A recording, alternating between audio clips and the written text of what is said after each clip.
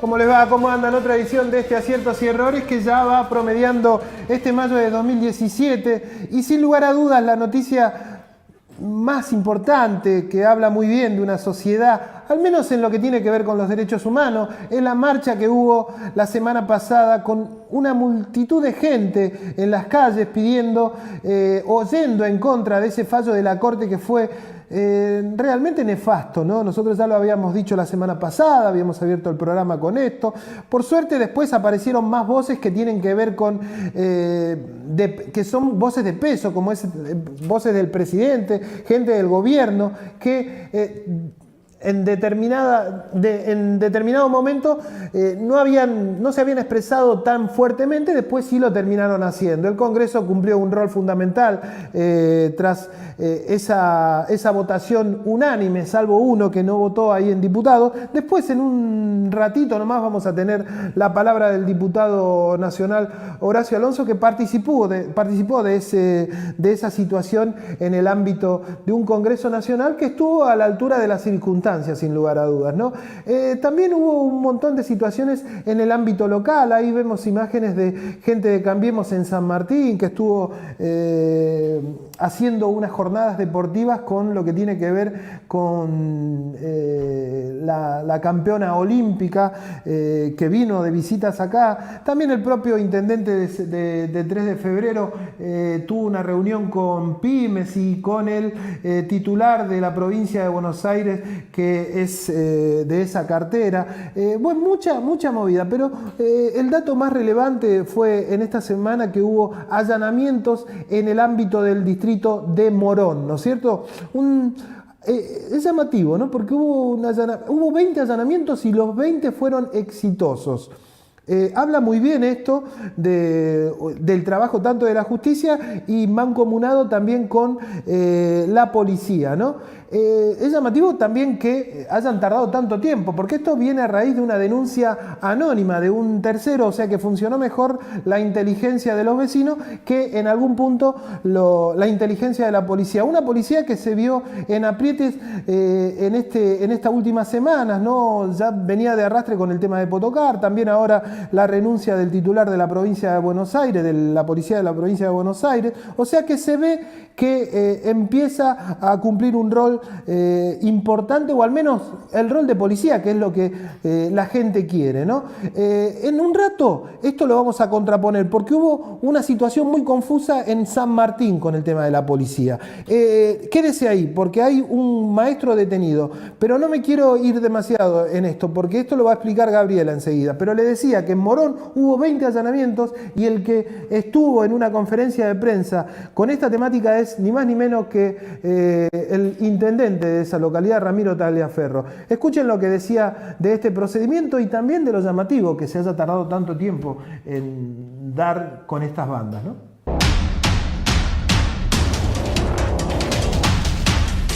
Contento por el resultado de este trabajo. Es un trabajo que viene haciendo la justicia conjuntamente con la policía desde hace ya algún tiempo investigando.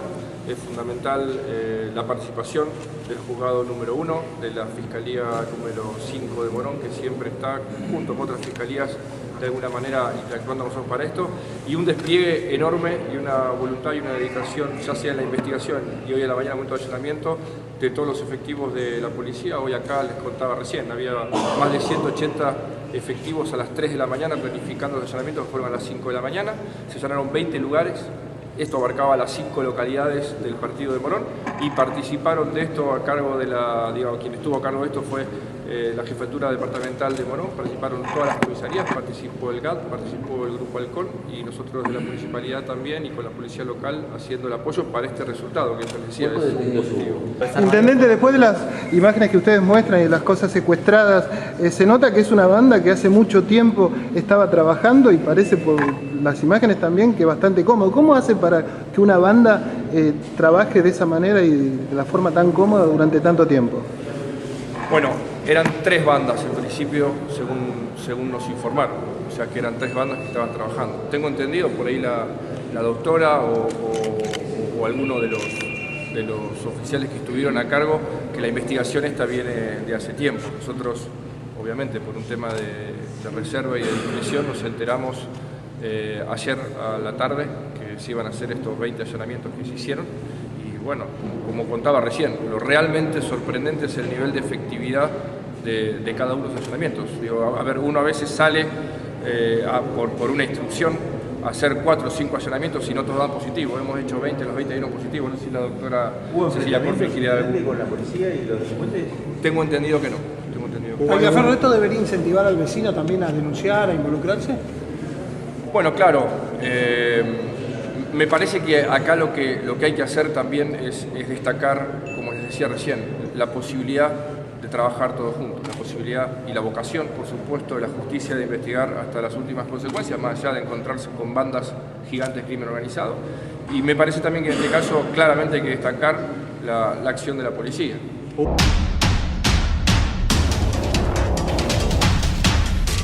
Defensor del pueblo de la provincia de Buenos Aires. Defende tus derechos. 0800-222-5262 www.defensorva.org.ar.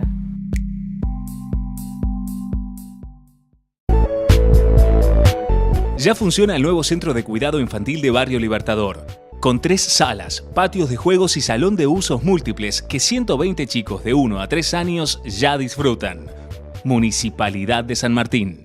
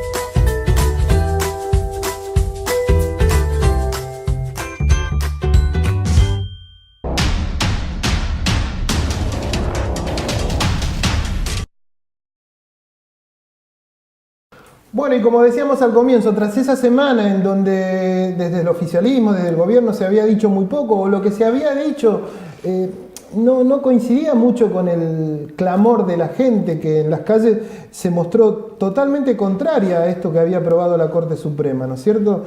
Los que sí estuvieron ávidos o rápidos en cuanto a hacer algún tipo de movida, sin lugar a duda, fue la gente del Congreso. Un Congreso que ya se lo habíamos dicho la vez pasada cuando vino el propio diputado Leonardo Grosso, que no había tenido mucha actividad este año, pero ante la situación de una situación misma que había creado la Corte Suprema, de perdón, entre comillas, a los genocidas, los diputados actuaron.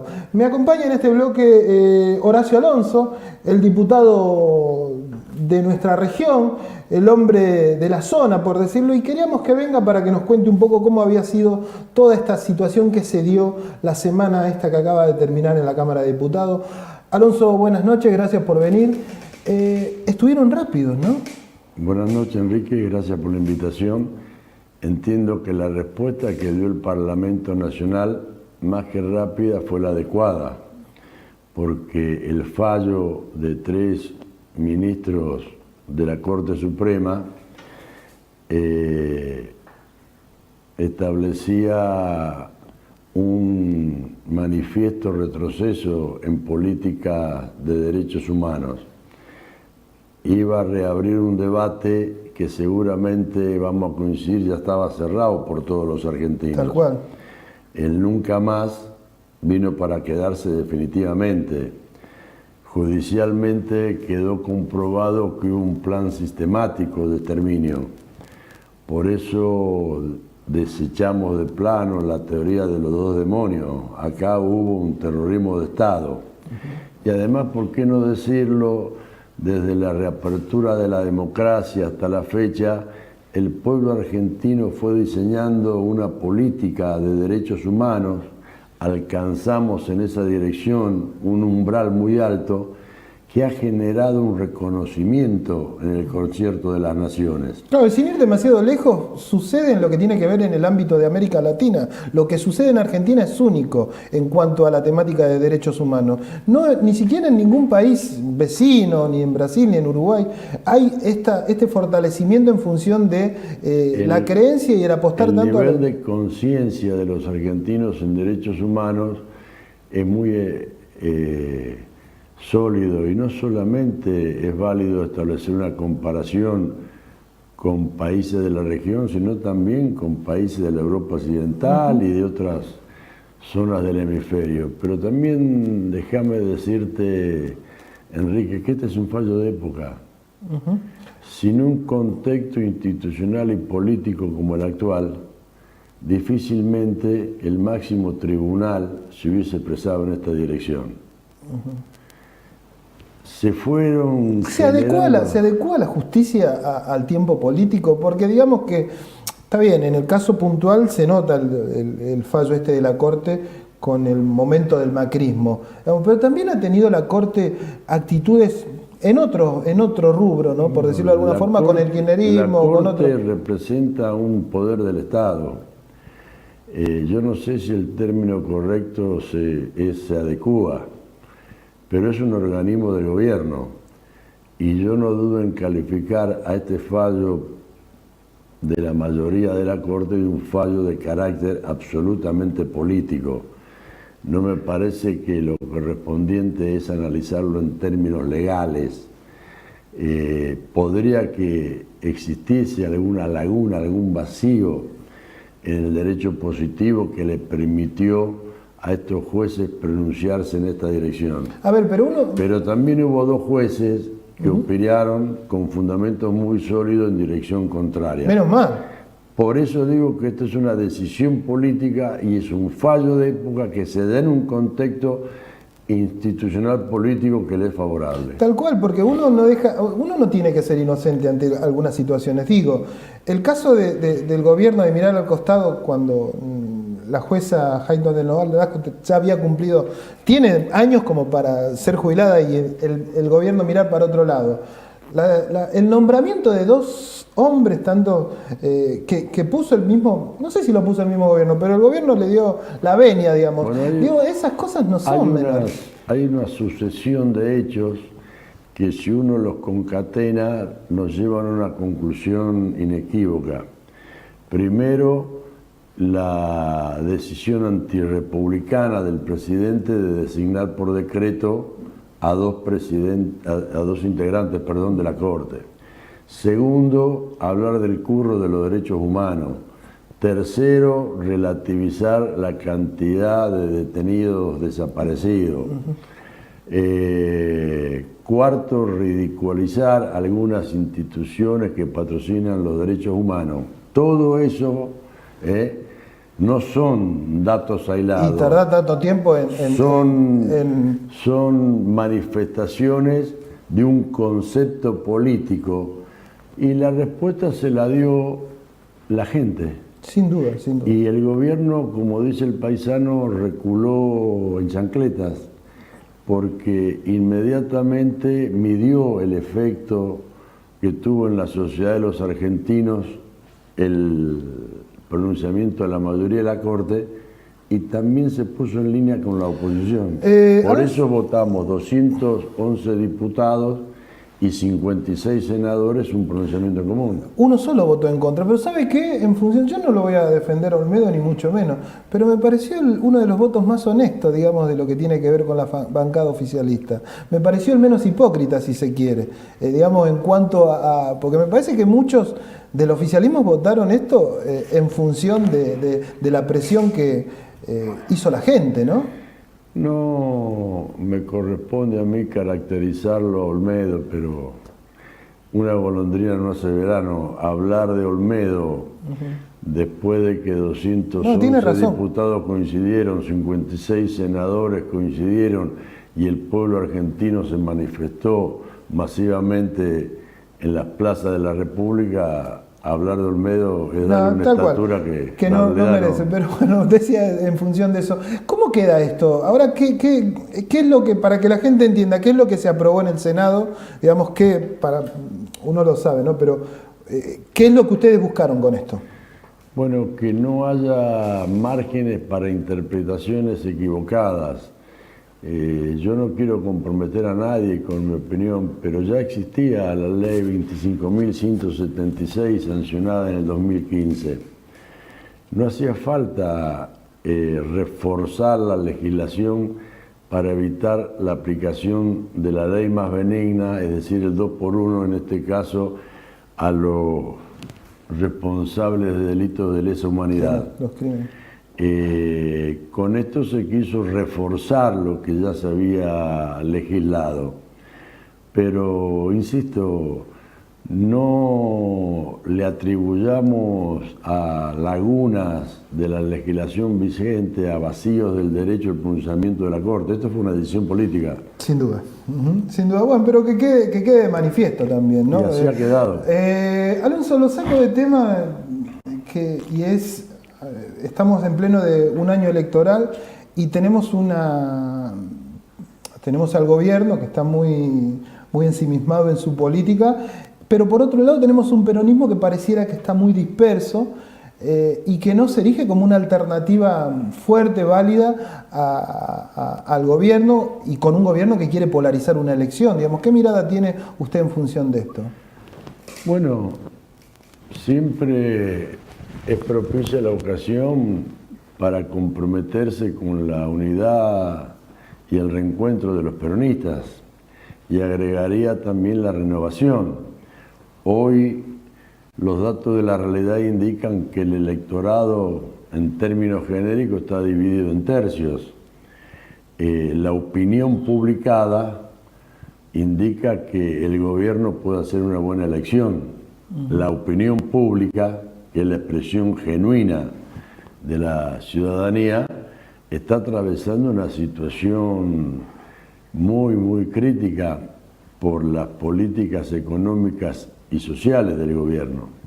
Obviamente que la dispersión de la oposición, en principio deberíamos suponer, favorece electoralmente al gobierno. Pero de acá a agosto falta un tiempo. Los candidatos deben presentarse en la segunda quincena de junio, más precisamente el 24 de junio, y seguramente frente a estas circunstancias que son adversas para los argentinos y para el país, los que tienen la mayor responsabilidad en el armado de los frentes electorales actuarán con la grandeza que las circunstancias y la responsabilidad exigen para que la mayoría de los bonaerenses en este caso cuente con un instrumento con volumen político y capacidad electoral para derrotar en las urnas al oficialismo. Ya los actores se empiezan a mostrar. De hecho, el Frente Renovador tiene una especie de impronta con esto de la baja de precios, en cuanto también hay como una fuerte vínculo del propio Sergio Massa con Stolbizer, que no pertenece tanto al peronismo, pero sí a un sector del progresismo. El propio Randazzo salió a manifestarse que quiere las PASO y todo lo demás. ¿Usted cómo ve el escenario? Digamos, ¿cree que va a confluir el peronismo en algún momento? Bueno, si esa confluencia no se da en el año en curso, puede darse en el 19. Nosotros del Frente Renovador hemos ratificado nuestra vocación frentista, por eso los términos de este entendimiento con el GEN, que se referencia en Margarita Stolbizer. Esta no es una etapa para nosotros de hablar de candidatos. Hoy nosotros estamos en la calle con un programa que tiene distintos planes. Uno de esos planes es bajemos los precios. Y con esa propuesta estamos en todos los distritos de la provincia de Buenos Aires, en el convencimiento que esto acerca una solución a las necesidades de la gente, y además estamos impulsando una consulta popular refrendada por los vecinos, porque al margen de plantear la necesidad de bajar los precios, tenemos una propuesta concreta para que bajen los precios, eliminando el IVA en 11 productos de la canasta básica alimentaria, y además tenemos una propuesta concreta que podríamos llamar la ley de góndola, para que no sean los grupos concentrados de la economía los que exhiban sus productos, sino que también el consumidor pueda optar haya verdaderamente libre comercio, digamos. Entre otras marcas, haya una libre competencia, claro, que favorezca al consumidor. Esto para nosotros es una clara interpelación al gobierno, porque el gobierno es el responsable de controlar la economía, que ha demostrado su inaptitud para controlarla. Han transcurrido 4 meses del año en curso, ya estamos casi en un 10% de inflación y en el presupuesto tenían previsto un 17%. Y es una propuesta también que sintetiza a los sectores sociales más comprometidos con el peronismo, que son los de mayores vulnerabilidades, de mayor necesidades. Por eso ha tenido tanta aceptación, bajemos los precios. En estas últimas semanas, recién con esta idea de la baja de precios, se mostró nuevamente Sergio Massa, pero había estado como, algunos dicen, apartado un poco de la escena pública. ¿Es así? No, nosotros no consideramos que Massa estuvo apartado de la escena pública. A lo mejor no tuvo presencia en los grandes medios, pero en los últimos meses Massa estuvo recorriendo el interior de la provincia de Buenos Aires, vinculándose directamente con los actores comunitarios y sociales, y tuvo espacio en los medios zonales y regionales. Hay que medir en política los tiempos. Si uno semanalmente concurre a los programas políticos de los medios nacionales, termina siendo un relator de la política, y Massa no es un relator de la política, es un actor principal de la política nacional, en particular de la política bonaerense. Alonso, le agradezco mucho su presencia acá. Bueno, nos vamos a estar viendo porque este es un año electoral, así que calculo que no va a ser la única conversación. Va a ser un gusto. Gracias. Y nosotros lo decíamos, estuvimos en San Martín porque estuvo Malena Massa, estuvo el propio Daniel Arroyo en una inauguración que hizo el diputado provincial Rubén Sleiman, en donde lanzó, en estos casos se estila, la candidatura del Sleiman más chico. Pero escuchen un fragmento de los protagonistas de esa noche. Lo que pasa muchas veces es que una empresa tiene 4 o 5 marcas y ocupa toda la góndola y marca los precios que quiere. Nosotros decimos que ninguna empresa puede tener más del 40% de la góndola, de modo tal que haya varias ofertas, que haya varias marcas y que bajen los precios. Estamos calculando que si se hace lo que estamos planteando, quitar el IVA y ley de góndola, bajan un 20% los precios. Un jubilado va a tener un ahorro de casi 500 pesos para poder comprar, y una familia de San Martín casi 1.000 pesos. Arroyo, ¿usted cree que esto lo va a tomar el gobierno nacional, ya que esto no deja de ser un impulso político, ¿no?, que tiene la medida esta, ¿no? El gobierno y cualquier otro tiene que tomarlo. Si hay un problema en la Argentina es que los precios están caros, que los alimentos están caros. No es posible que nosotros estemos pagando los alimentos al valor que lo estamos pagando. No es posible que alguien produzca alimentos en Argentina y salga más caro en Argentina que en Uruguay. Hay algo que está dado vuelta. Entiendo que el gobierno lo va a tomar, entiendo que todo el espacio político de distintas fuerzas lo van a tomar, porque la clave acá, si queremos mejorar la situación social, tienen que bajar los precios. Ese es el punto base, y hay un compromiso de todos de seguir caminando, de firmar. Hubo mucha gente que ha firmado en San Martín. Queremos realmente hacerlo. Entiendo que el gobierno y cualquier otro que entiende que el problema son los precios va a decidir tomar esta medida. ¿Qué diferencia tiene esta medida con la que en su momento tomó Moreno en el gobierno anterior, digamos, ¿no? O que impulsaba Moreno desde la Secretaría de Comercio? El gobierno Moreno tuvo la idea de que con un revólver sobre la mesa podía controlar la cadena de precios en Argentina, cosa que no es posible. Nosotros estamos hablando de un control de precios, estamos tomando los 11 productos de la canasta básica. Pasamos de Moreno con un revólver sobre la mesa, creyendo que podía controlar la cadena de precios, ahora que nadie hace nada y mira cómo debería acomodarse todo a través del mercado. Hoy hay una inacción muy clara. Lo de Moreno no ha sido razonable, ha sido absurdo. Esto no tiene ningún sentido creer que se va a acomodar solo. Malena, ¿Cómo ves la situación a nivel nacional, digamos, de lo que tiene que ver con el gobierno, tanto en la provincia como en nación? Preocupante, me parece que no le están encontrando la vuelta, que los argentinos y las argentinas están sufriendo. Por eso nosotros salimos tan fuertemente a pedirle al gobierno nacional que entienda que no llegamos a fin de mes, que primero los tarifazos, la inflación, que no le están encontrando la vuelta al rumbo económico, y eso hace que nuestros compatriotas sufran, la pasen mal. Así que nosotros, como siempre, en la calle, cerca, tomados de la mano, peleando con los nuestros para que les vaya mejor. Y nada, no queremos distraernos con las peleas mezquinas de los dirigentes políticos.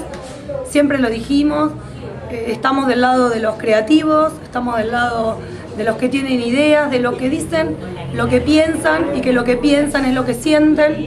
Estamos del lado de los que pateamos la calle, acompañamos al carnicero, a la verdulera, al ama de casa, al trabajador que no le puede dar un plato de comida a su familia, a los niños y las niñas que no tienen buena educación, a nuestra comunidad que sufre porque el sistema de salud no le da respuesta. O sea, estamos complicados y nosotros queremos acompañar al gobierno nacional y provincial para que le vaya mejor, porque así nos va a ir mejor a todos, pero también queremos ganar porque creemos que tenemos un mejor equipo y tenemos un mejor líder.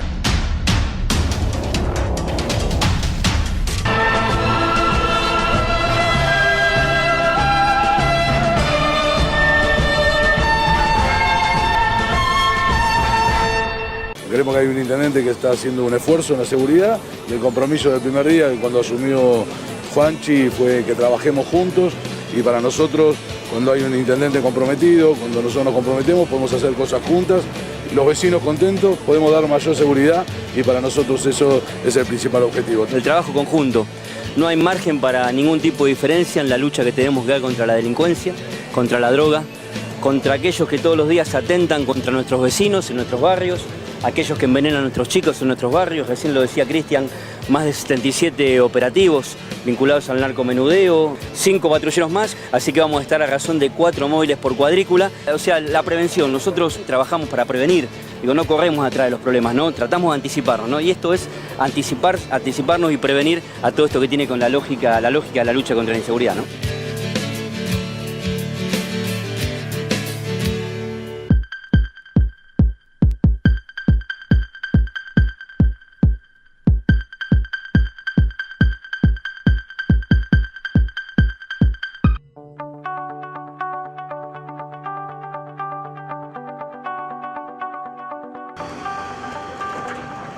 Te queremos contar que el gobierno de Morón está asfaltando la calle Blas Parera en respuesta a un reclamo histórico de los vecinos de Castelar Sur. La obra de pavimentación en hormigón se está ejecutando sobre la calle Blas Parera, desde Ortiguera hasta William Morris, para mejorar el tránsito, la seguridad y las condiciones del barrio. Se instalarán sumideros y se realizarán obras hidráulicas complementarias. Trabajamos para vos. Morón Gobierno.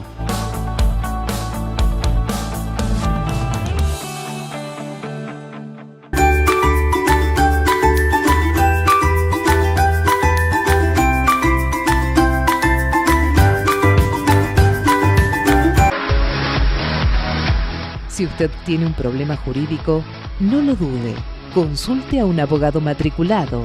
Se lo aconseja el Colegio de Abogados de San Martín. Llame al 4754-2139, Avenida Ricardo Balbín, 1750 San Martín.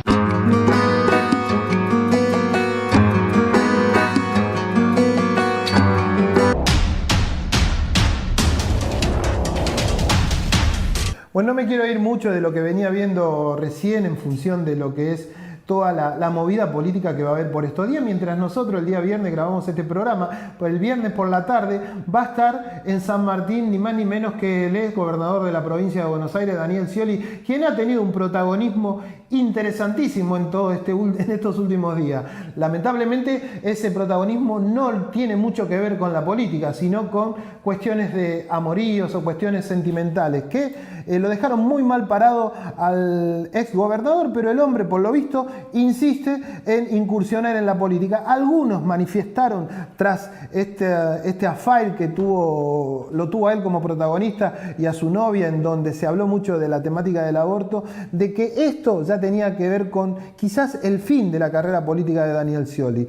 Parece que no es así. Quizás la semana que viene le mostremos algo de su visita en San Martín. Pero bueno, no me quería ir de esto. Y ahora sí vamos a entrar en algo que también tiene que ver con la provincia de Buenos Aires, y es la temática de las elecciones en SUTEBA, un gremio que sin lugar a duda tuvo un protagonismo relevante en estos primeros meses del año 2017, sencillamente porque representa a los docentes. Y el que pone en juicio, o el que pone, digamos, en juego su banca, es ni más ni menos que el secretario gremial de la provincia de Buenos Aires, el tan famoso Baradel. Va a tener enfrente a una lista que es la multicolor, que es representativa de sectores de izquierda, digamos, y van a ir a la elección el próximo 17. Nosotros tenemos dos representantes de la región, uno obviamente por la lista de Baradel, que es la celeste y no sé, varios colores más, y la multicolor, que es la que representa a los sectores de izquierda. A ver, hicimos un reconto, ahí usted va a ver un resumen de los dos representantes y saque sus propias conclusiones acerca de las propuestas, de lo que tiene que ver el conflicto docente, si se va a solucionar y por qué hay que votarlos tanto al actual oficialismo como a la oposición en la provincia de Buenos Aires. Vemos este resumen.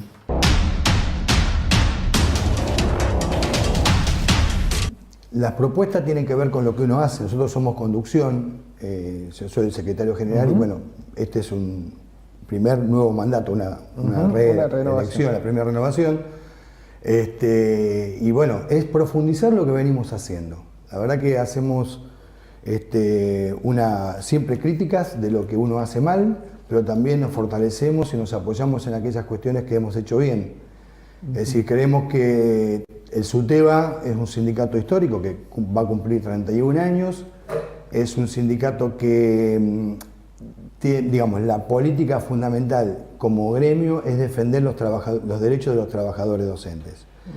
Y eso implica un montón de cuestiones. Implica abrir un sindicato a los docentes para que no solamente se les defienda el salario, sino los derechos que tienen que ver con el estatuto, la defensa del estatuto, la defensa del régimen laboral, de las condiciones laborales, de la salud docente. Y bueno, estamos muy orgullosos de haber podido inaugurar hace un poco más de un año una casa, un sindicato muy amplio, hermoso, la verdad un orgullo para toda la provincia, para todos los docentes. Y creemos que ese sindicato, digamos, nuestro sindicato responde a las necesidades de los docentes en términos, digo, y trato de puntualizar esto, no solamente la cuestión salarial, sino nosotros apuntamos a la defensa de la escuela pública y los derechos del trabajador en general. Nosotros consideramos que hay que revertir la dinámica de que el sindicato, digamos, los compañeros van en forma individual al sindicato a hacer una gestión de servicio. Creemos que el sindicato tiene que ser el lugar donde se discuten los problemas de la escuela.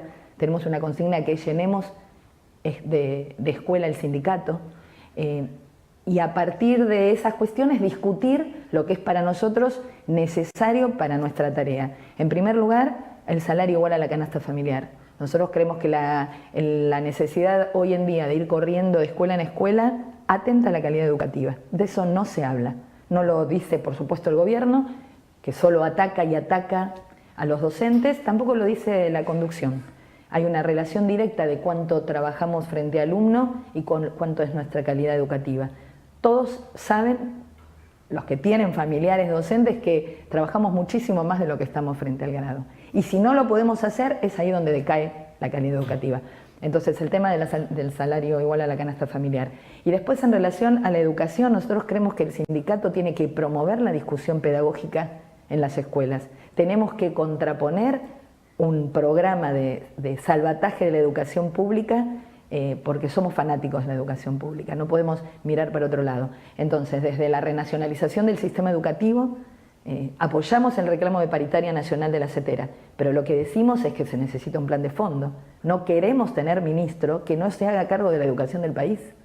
Necesitamos un ministerio que se haga cargo de toda la educación del país. Por eso planteamos la renacionalización del sistema educativo y lo planteábamos también con el gobierno anterior. La lucha continúa, no está cerrado ningún acuerdo salarial puntualmente, y digo, no solamente en provincia, sino a nivel nacional.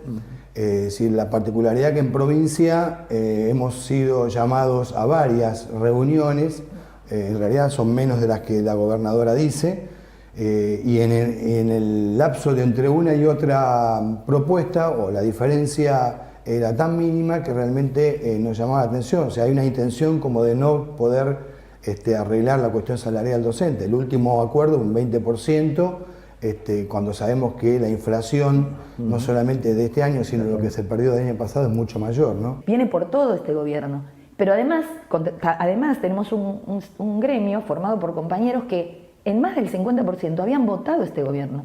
Sin embargo, rápidamente estuvieron dispuestos a salir a pelear. Ahora, todo eso hace que una conducción tenga que tener una lectura más inteligente.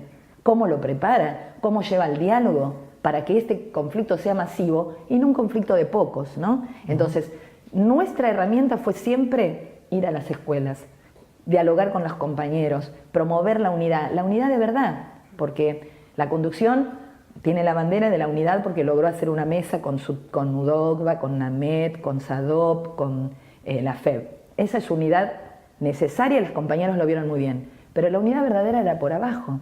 Y eso no lo hicieron, no llamaron a una sola asamblea conjunta, llamaron a una sola asamblea de afiliados de SUTEBA durante todo el tiempo del conflicto, pero además nunca promovieron las asambleas y los procesos de decisión conjunta de todos los compañeros, que era lo que queríamos, lo que pasaba en la escuela. Entonces, nuestro rol fue impulsar eso, esa unidad por abajo, para intentar masificar y hacer más participativo del conflicto. El responsable es el Estado provincial. ¿En qué sentido? Digo, hace mucho tiempo que funciona en la provincia de Buenos Aires una prestataria que hace el control del ausentismo, ¿no es cierto? Pero no es solamente el control del ausentismo, sino que cuando se generó esta prestataria era control de salud y ausentismo docente. O sea, tiene que ver con una función que es indelegable del Estado y que tiene que ver cómo está la salud docente y en qué condiciones los docentes están trabajando hoy y por qué se producen algunos ausentismos, que no es ni por asomo los números que tira el gobierno en función de la cantidad de docentes que faltan. Habla de cantidad de suplentes por un titular y en realidad sabemos que en nuestro gremio hay muchísimas docentes, la gran mayoría son docentes o sea, mujeres, que quedan embarazadas y obviamente ponen un suplente. Digo, para poner solo un caso, ¿no? Nosotros estamos en contra de estas empresas prestatarias porque le insumen un gasto al Estado que bien podría abordarlo el mismo gobierno o el mismo Estado y además no conducen a nada porque, termina siendo una cuestión administrativa, puramente administrativa, que no cumple la función que tiene que cumplir. Para nosotros, el ausentismo docente, lo que tiene que ver con el ausentismo y con las condiciones de trabajo van de la mano y hay que discutir todo con un gobierno que se sienta a discutir en una mesa paritaria de condiciones de salud. No sé si ustedes saben, pero nosotros presentamos nuestra licencia médica a una empresa, a la cual llamamos prestataria. Es una empresa privada, en donde hay un médico. La provincia de Buenos Aires paga millones de pesos por esta prestataria. No solo ahora, sino el gobierno anterior y el anterior también, millones de pesos para que haya algunos médicos o uno que firme y selle. Yo he hecho la prueba de ir enferma y decirle, ¿me puedes tomar la presión porque me siento muy mal? Y me han dicho, no me corresponde. Y me han firmado y me han sellado lo que sea. Nosotros, una parte de nuestro programa es, queremos un sistema de salud que nos cuide. Queremos poder llamar a un médico que constate, que al mismo tiempo que constate que es verdad que estamos enfermos, que constate cómo estamos, qué tratamiento hacemos, si está bien el tratamiento. Eso no existe. Ahora, hay una empresa que se llama millones de pesos todos los días. Tendríamos que hacer el cálculo de si gasta más el gobierno de la provincia en esa prestataria que en los suplentes que se queja. Y lo último, el 8 cada 10 docentes somos mujeres. Claro. Entonces le decimos a este gobierno que si no sabe que las mujeres nos embarazamos, si no sabe que las mujeres socialmente ocupamos el lugar de cuidar a los hijos, de cuidar al marido, de cuidar a los padres y además de cuidar a la suegra. Eso es así, es una lucha que estamos dando, no solamente en el país, sino mundialmente para tener otro rol, pero es lo que sucede. Entonces, esa es la realidad. Si hay un poco más de docentismo en los docentes, tiene que ver con eso, y eso es un derecho ganado. Para que las mujeres podamos ejercer nuestra profesión de docente, necesitamos este tipo de reglamentación y este tipo de amparo. Los docentes necesitan unidad.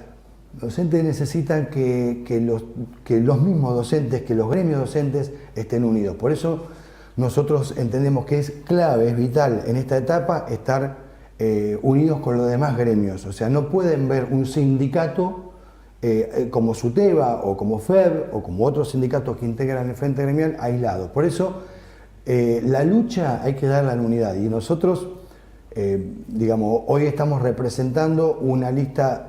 Nuestra bandera es la unidad, nuestra lucha se da en unidad, y por eso nuestra lista, nuestra propuesta a los docentes es un armado de 4 agrupaciones que componen la lista local. A nivel provincial está la celeste violeta y a nivel local la celeste violeta gris lavanda. Esto lo digo porque, a ver, vos me preguntás qué necesitan los docentes, y yo creo que si no hay unidad de los gremios del Frente Gremial Docente Bonaerense, que este año tenemos la inclusión del gremio Udogua también, con el cual estamos trabajando, y hoy a la tarde hacemos una actividad para denunciar la falta de cumplimiento del gobierno. Si no hay unidad, esta lucha no se gana. Por eso para nosotros es vital sostener esa unidad. Primero necesitamos de verdad la renacionalización del sistema, porque frente a un panorama de tanta desigualdad en las provincias es muy difícil saber cuál es tu proyecto político educativo. No hay un proyecto político educativo. Entonces el docente está sola en su aula y está ante la conflictividad social, la crisis social, a veces sabiendo, sí, sabes que tenés que enseñar a leer, a escribir, de las ciencias, pero sabes que hay otra problemática atrás y eso no se discute. Entonces renacionalizar el sistema nos pondría en carrera de ver un proyecto educativo. Junto con eso es el aumento del presupuesto, porque el aumento del presupuesto educativo no solamente permitiría mejores salarios, sino un plan de infraestructura sistemático. Las escuelas se caen a pedazos, no hay espacios para la nueva escuela de doble escolaridad, no hay espacios aptos para los chicos, están en las mismas aulitas con los mismos patiecitos, todo el día, 8 horas, cuando llueve no se puede hacer gimnasia, los pibes en el aula. Pensemos una escuela como tiene que ser. En tercer término, es la cantidad de cargos que faltan, porque el gobierno dice que paga muchos suplentes, pero no dice todo lo que se ahorra en las plantas funcionales que no han nombrado a todos los docentes. Por ejemplo, el tema de la biblioteca que hablábamos antes. Hay un bibliotecario por turno, tiene que haber 2, 1 por cada turno, por escuela. Los gabinetes, no hay gabinetes en todas las escuelas, y hay escuelas que necesitan un refuerzo de gabinetes, 2 gabinetes por lo menos. Prácticamente las secundarias no tienen gabinete, con la problemática adolescente, con el problema de las adicciones, no tienen gabinete. Los institutos de formación docente no tienen edificio propio. En Estados Unidos, el Instituto Superior 113 está dividido en 2 lugares. El Instituto Vera Peñalosa, del cual yo soy docente, comparte el edificio con la secundaria. Tenemos que esperar que termine la secundaria para empezar una hora que tenía que haber empezado 20 minutos antes, pero no hay aula. Es decir, eso implica presupuesto, edificio, pensar la escuela en función de las necesidades. Para eso también necesitamos la participación de los docentes. La Multicolor quiere un sindicato que habilite la palabra de los docentes para construir otro proyecto educativo. Creo que hay una clara intención del gobierno de ponerse, digamos, hacer una intromisión dentro de lo que es nuestra propia elección como sindicato. Digo, no lo hace con los sindicatos así, esto no es algo normal, pero sabemos que el conflicto se tiene que destrabar, porque los docentes tienen que percibir un aumento. O sea, si el año pasado se pudo abrir la paritaria nacional, la paritaria provincial, y finalmente al final el gobierno no quiso reabrir la paritaria a mitad de año, eso es otro tema, pero se pudo cerrar un acuerdo a principio de año, no entendemos por qué el arreglo salarial tiene que estar sujeto a una cuestión electoral, si fuese así, ¿no? No se destraba el conflicto. Lo que vamos a estar en mejores condiciones, porque yo creo que la multicolor va a salir muy fortalecida y va a poder tomar la conducción de muchos otros sindicatos seccionales y entonces vamos a poder tener un plan de preparar verdaderamente la resistencia y la lucha contra los planes de ajuste del gobierno. Entonces, no es que se va a destrabar, pero vamos a estar en condiciones de presentar una propuesta más firme, más coherente, avalada por miles y miles de compañeros, que es lo que no puede decir esta conducción que tiene. El aval de los compañeros no la tiene, la perdió. Porque, a ver, representa lo que te decía recién, la unidad de distintas agrupaciones gremiales docentes que entienden que la etapa requiere de mucha construcción y apostar al disenso. O sea, hay disenso, tenemos que disentir, o sea, acordar entre agrupaciones para conformar un frente no es fácil, es difícil, pero nos entendemos desde las diferencias. Y a nivel, como en la provincia de Buenos Aires, sostener el frente gremial para nosotros es muy importante porque significa debatir con distintos gremios, con distintas miradas, con distintas proyecciones y distintas historias, pero con un solo objetivo, que es lograr no solamente destrabar esta cuestión salarial, sino la defensa de la escuela pública en general. Y porque necesitamos cambiar el SUTEBA. No solamente necesitamos cambiarlo a Baradel, que es fácil de decir porque no es querido en las escuelas. Hay que cambiar la dinámica de participación. Años de cogestión de esta conducción con el gobierno anterior le limaron las uñas para poder pelear, para poder organizar en la escuela. Y además porque han hecho un sindicato que se ha sectarizado alrededor de una propuesta política que era la del gobierno anterior. Y esto ha dejado de lado compañeras que se sienten por fuera. La multicolor quiere incluir a todos, quiere la participación de todos. Necesitamos revertir y tener un sindicato de participación, de debate, de escucha, de paciencia, y que no te hagan creer que el sindicato es un lugar que da favores o que hace favores. El sindicato es de todos los compañeros y de las compañeras. Por eso hay que recuperarlo. Último bloque de este Aciertos y Errores, pero a ver, me acompaña en este bloque, ahí la ven a Gabriela Rojas Pérez, pero antes de entrarlo, porque nos queda muy poco tiempo, quiero mostrarle, mire atentamente, estas imágenes son exclusivas de una situación que no queremos que pase, quizás tenga que ver con todo esto del 2x1 y de la policía y de los premios y un montón de cosas más. Pero miren lo que pasó en una escuela de San Martín. Es un resumen de, gracias a los teléfonos y demás, que no está bueno, pero lo queremos mostrar.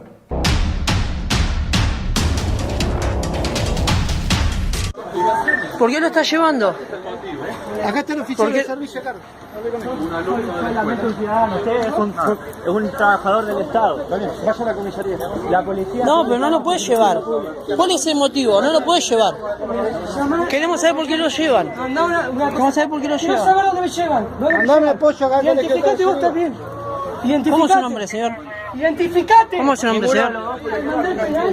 Decime que me está llevando. Decime que me está llevando. ¿Cómo es tu nombre? Decime tu nombre. Juan Pablo Manente, docente del Colegio de Estados Unidos, del 6470, que es del complejo penitenciario acá de José León Suárez. Venía caminando, estaban agarrando a unos estudiantes, no pueden pedirle las cosas como lo pidieron. Policía sin identificación. Y me agarraron y me pusieron las esposas. Yo venía a sacar fotocopias. Ustedes lo están llevando porque no se quiso identificar y ustedes no se identificaron. Ustedes son los que se tienen que identificar, esto es un Estado de Derecho democrático. No pueden hacer qué? eso. ¿Usted se identificó, señor? ¿Usted se identificó? Está bien, pero usted, por más que haya otro superior, usted se tiene que identificar. ¿El señor es el superior? ¿Usted cómo es su nombre? José. ¿José cuánto? Señor, por favor, su nombre. Usted se tiene que identificar. No, ahora te tenés que identificar. Soltalo porque vos te tenés que identificar. ¿Cómo querían agarrar a los estudiantes de la escuela? No pueden hacer esto. Por favor, identifíquese. Señor, es su obligación. Es nuestro derecho pedirle a usted que se identifique. Identifique ahora. Ahora corresponde, ¿no? Ahora corresponde, señor. Exactamente, para identificarlo correctamente. Está bien. ¿Quién Con es? o sin documento igual lo tenías que llevar. Está bien. Sí. Eso para saber bien claro. ¿Pero por qué lo tenés que llevar? Lo está llevando porque estuvo filmando algo que ustedes están haciendo con los estudiantes. Señor. Pablo. Toma, la llave, ¿vos Juan? La llave, ahí nos mira. Quédate tranquilo. Señor, ¿me puede decir su nombre porque no se identificó? Ahora, no. No, corresponde que usted se identifique ahora. ¿Cómo se llama que usted es oficial de la policía, señor? Aparte, estoy correctamente uniformado. Usted no se está identificando, no tiene nada que ver. Vamos a la comisión y se ve. No, usted me tiene que dar su nombre ahora, señor. La comisión se va a dar la cabeza. ¿Cómo es el nombre de usted? Ahora usted me lo tiene, porque el derecho es ahora. Usted está llamando a alguien porque no se identificó y usted no se está identificando. Ni usted ni el señor allá. ¿Cómo es su nombre, señor? Señor, ¿cómo es su nombre? Señor. Señor, ¿cómo es su nombre? No tiene patente, pero ya le di. Bueno, acá tenemos un móvil que no tiene patente, pero tiene un número de registro. La policía se niega a identificarse. Señor, ¿usted no se va a identificar con toda la gente que le está preguntando? No, señor, usted se tiene que identificar acá.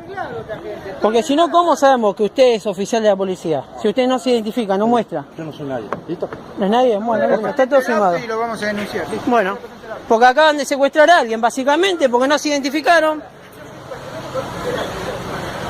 Chevrolet Ventra, patente ISX 815. No me importa, vos diste la orden, padre. Vos diste la orden. Usted dijo que usted dio la orden, usted es el jefe. Acaban de secuestrar a alguien, dictador somos, flaco. Entonces vos no podés estar en la policía, porque cuando hay un hecho acá que están robando como la vez pasada, ustedes toda la cosa pasa en San Martín, ¿no? Cerrá el vidrio, ya la filmé, cerrá el vidrio nomás, dale. Esa es la policía que tenemos, cerrá el vidrio.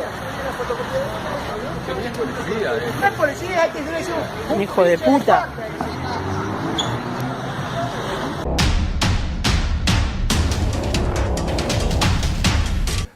Bueno, sin palabras, pero a ver, está Gabriela. Gabriela es la que se encarga de temas docentes, se encarga de temas de educación.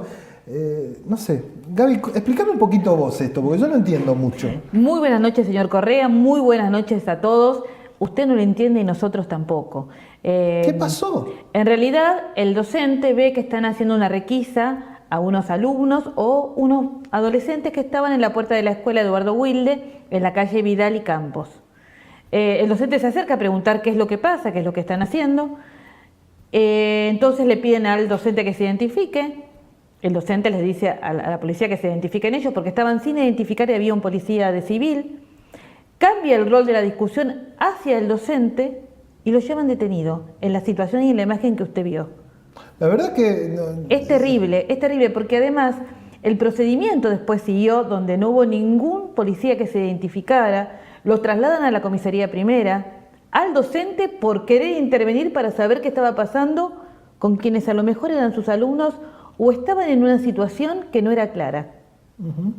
El docente es trasladado a la comisaría primera, de allí lo quieren trasladar al Carrillo para ver que no tenía, comprobar el tema de las lesiones. En el hospital Carrillo se acerca una persona, una mujer, él le pide la identificación como médica, no se la dan, entonces lo trasladan a la comisaría primera de Castelar, donde allí recién lo revisa un médico. Vuelve a la primera, mientras todo esto sucedía, sus compañeros, los docentes, la gente de los sindicatos, se estaban movilizando a la comisaría para pedir la liberación. A las 12 de ese día lo liberan, del mediodía, 12 de la noche lo liberan, y tiene una causa iniciada por obstrucción a la justicia tramitada en la Fiscalía número 1. un disparate. No, la verdad es que es vergonzoso, para decirlo de alguna manera. No está bueno que pase esto. No está bueno que pase, no está bueno que ataquen a un docente, no está bueno que cuando un docente tome una intervención que corresponde a su rol, porque el rol del docente va más allá de las aulas, y no está para nada bien el accionar de la policía, que es lo que estamos cuestionando en este video y lo que se cuestiona. Ojalá se esclarezca esto, Gaby. También hay otra temática de un juicio que se... Exactamente, la semana que viene, el 18 y 19 de mayo, se tramita en la Fiscalía número 5 el juicio al asesino de Bautista Gael Denis. Ustedes recuerdan que en ese caso, 2 vecinos pelean, uno saca un arma, dispara, y una de esas balas va hacia la carita de Bautista, que fallece prácticamente en el auto. Él pasaba en el auto con su papá y su padrino que venían de jugar al fútbol. Ese es el juicio, el reclamo obviamente de la familia y de todos los que hemos seguido este caso y los acompañamos es justicia, ni más ni menos. Gaby, nada, no tenemos mucho más tiempo, gracias. Ojalá esto del docente se esclarezca rápido y la verdad que la policía actúe como policía era lo que pedíamos al principio del programa, ¿no? Porque en definitiva uno necesita a la policía, pero en las condiciones que tiene que actuar, no en condiciones que quedan, al menos como en este caso, poco claras y no vale la pena, me parece, ¿no? Los jóvenes, los docentes, no somos los peligrosos. Gracias, Gaby. Nosotros nos vamos. Han sido muy amables por estar del otro lado. Esto ha sido Aciertos y Errores. Nos encontramos la semana que viene.